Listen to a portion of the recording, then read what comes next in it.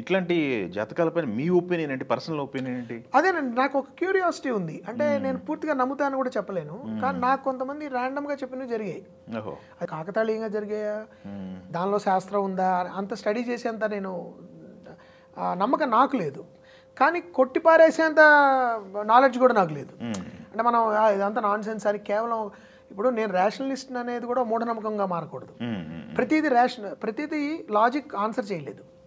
మనుషులకు సంబంధించిన ఇమోషన్స్ కానీ మనుషులు రేషనాలిటీ కంటే దాటి అతీతమైన కాంప్లెక్స్ క్రీచర్స్ నా దృష్టిలో.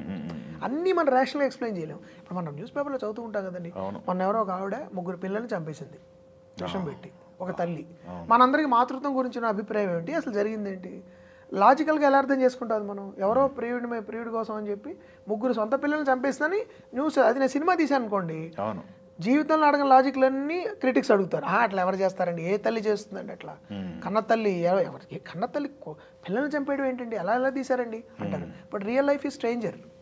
అలాంటివి ఇంకా చాలా జరుగుతున్నాయి మన జీవితాల్లో, నమ్మలేం మనం అసలు ఏంటి ఇలా జరిగింది.